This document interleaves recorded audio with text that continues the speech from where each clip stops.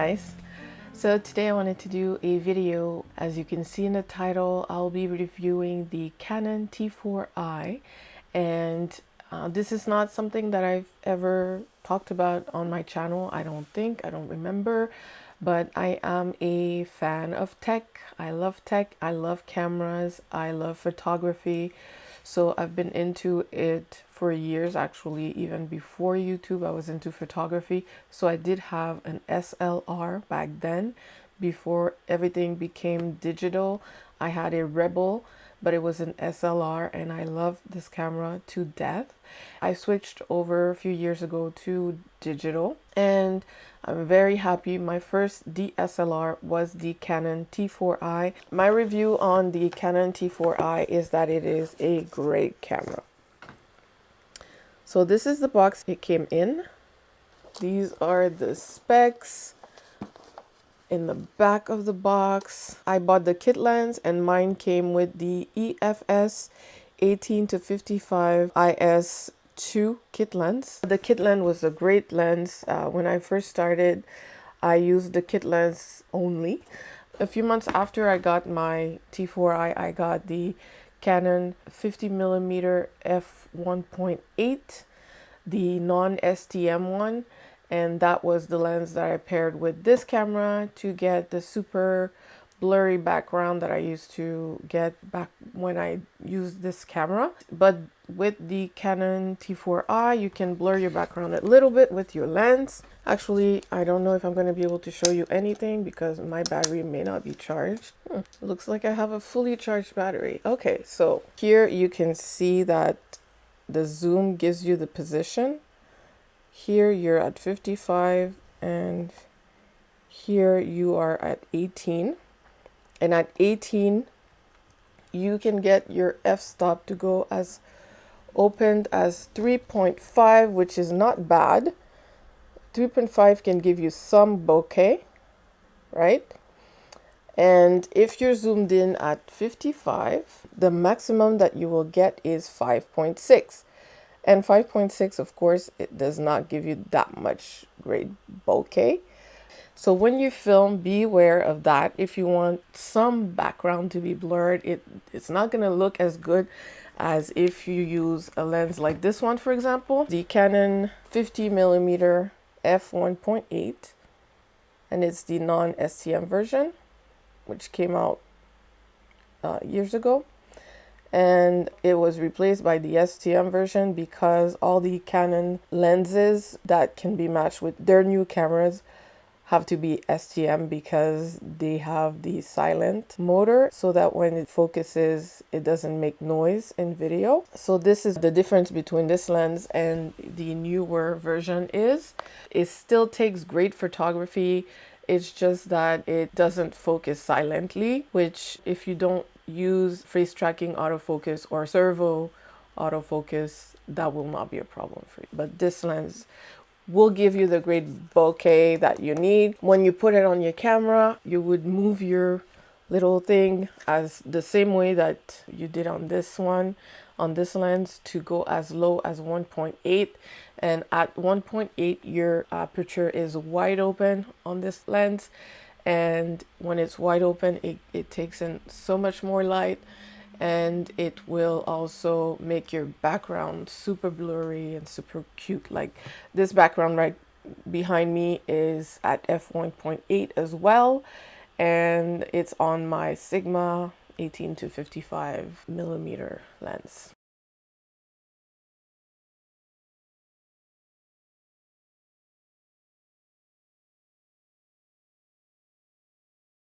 So going back to my review on this camera, so the kit lens to me is a great lens. It will give you what you need to start. And if you want to invest in a new lens, I would suggest the 50mm f1.8 if you have space in your room. If you do not have space in your room, I suggest another lens which is not that much more than this lens, and it's the 24mm f2.8. The bokeh is not going to be as great, But to get a super great bokeh, if you want a 50mm lens, you need more space. So if I put my 50mm here on my camera, I will have to push back a little bit, and I don't have the space behind me to go anywhere. So I need a lens that could give me 24mm or 18mm, and the kit lens can do that for you.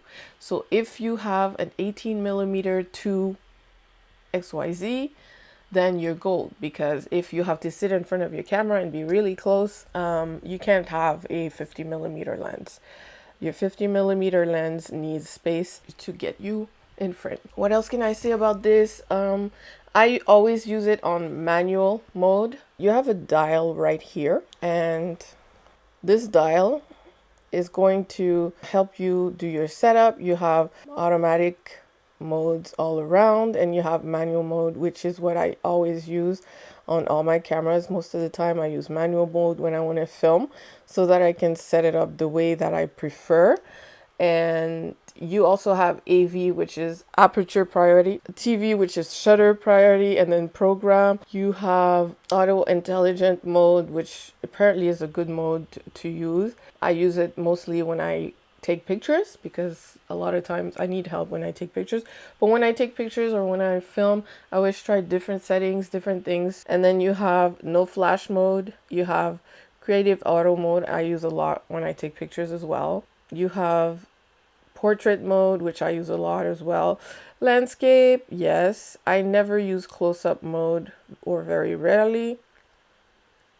Sports mode when I'm taking pictures of my kids. I have also night portrait and held night scenes. I've used all those just to try and take pictures and see what happens and what's the difference between one and then the other in the same scene, and see what looks the best. But when I'm filming, I'm always in manual mode, and I set all my stuff manually. So I will go into the Q or press whichever button is pressable on the screen to set my ISO, for example. Most of the time I set my ISO to 100. If I can't set it to 100, I try not to go over like 400 when I film. And I also set my shutter speed. The shutter speed I chose to set is 50.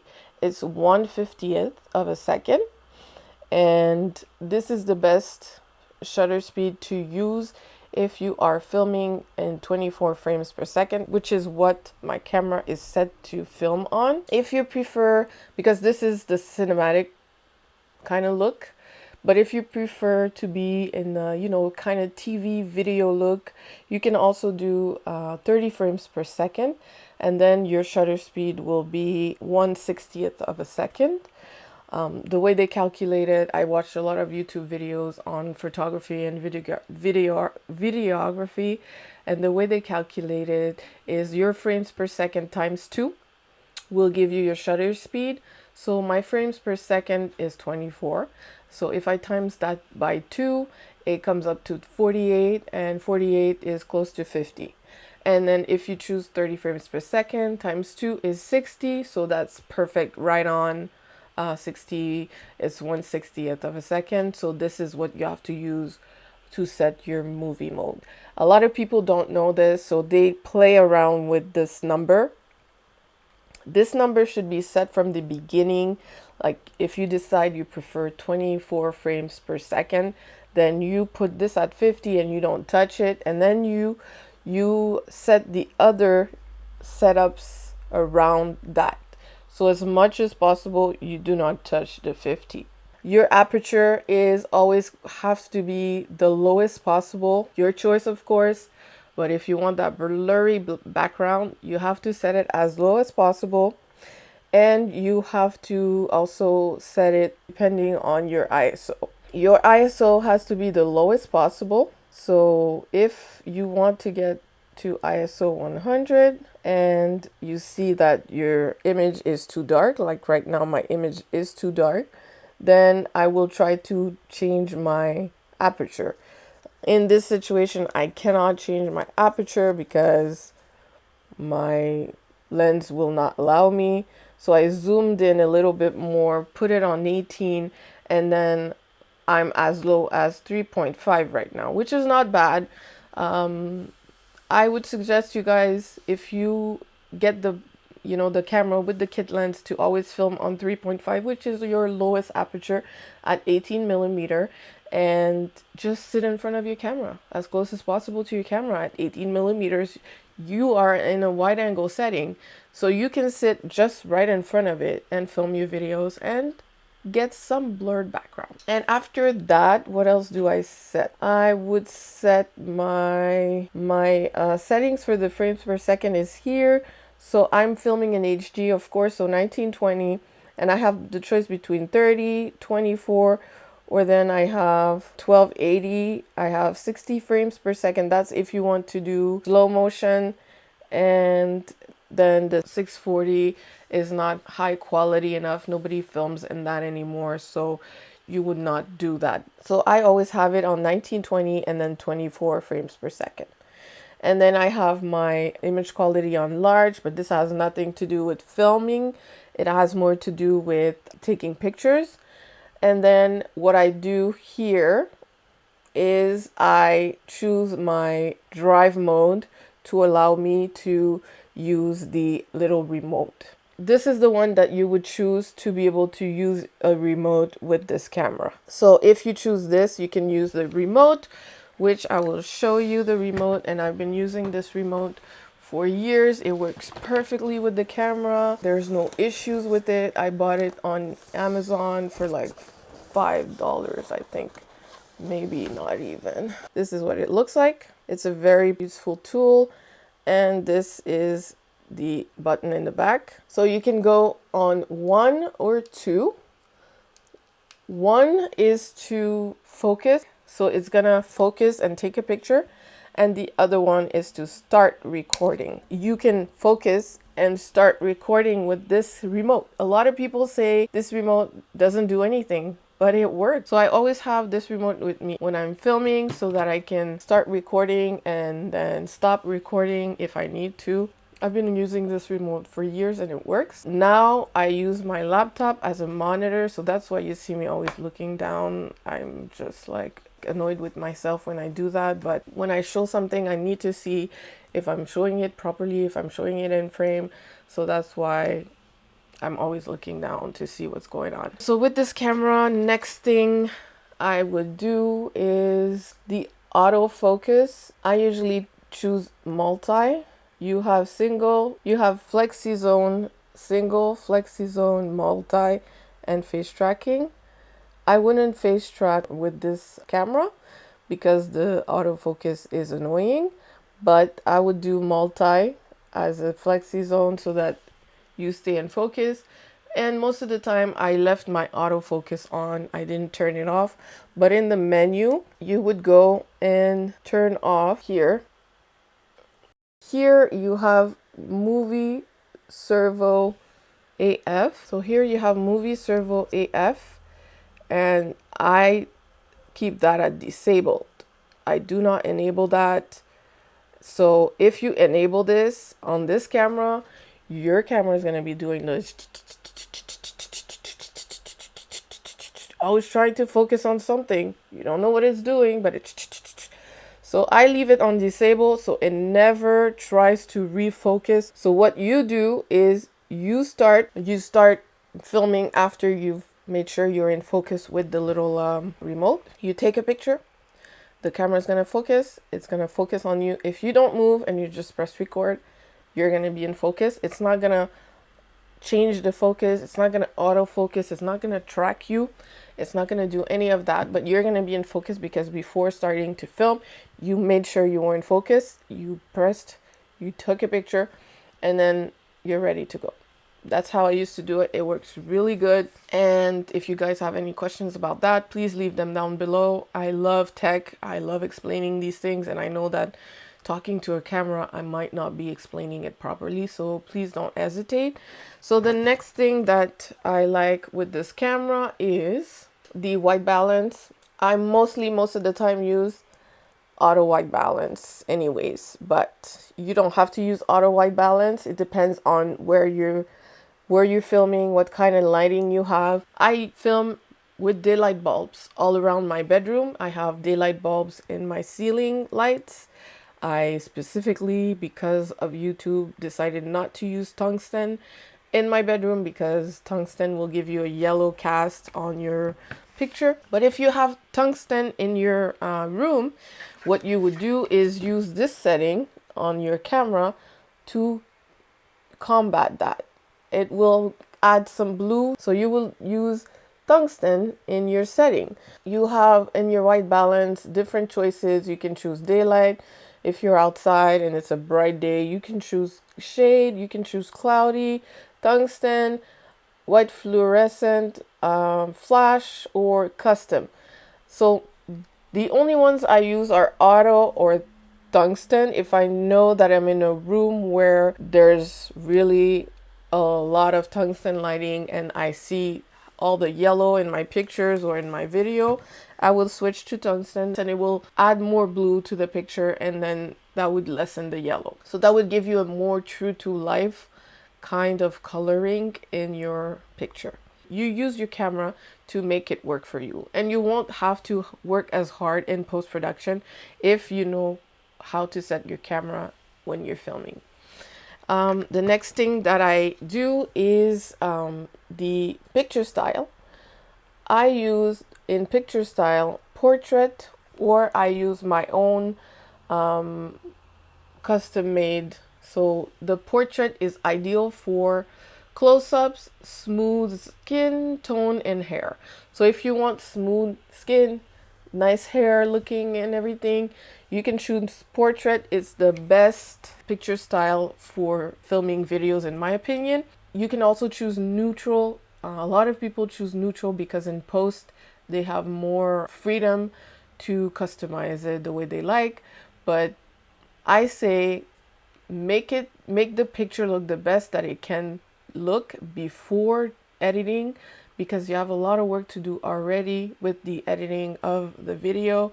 If you had to edit all the the lighting and the white balance and the picture style and everything like that, it's adding more work. You can do it if you messed up and you just want to fix a clip that you feel like was not the right color.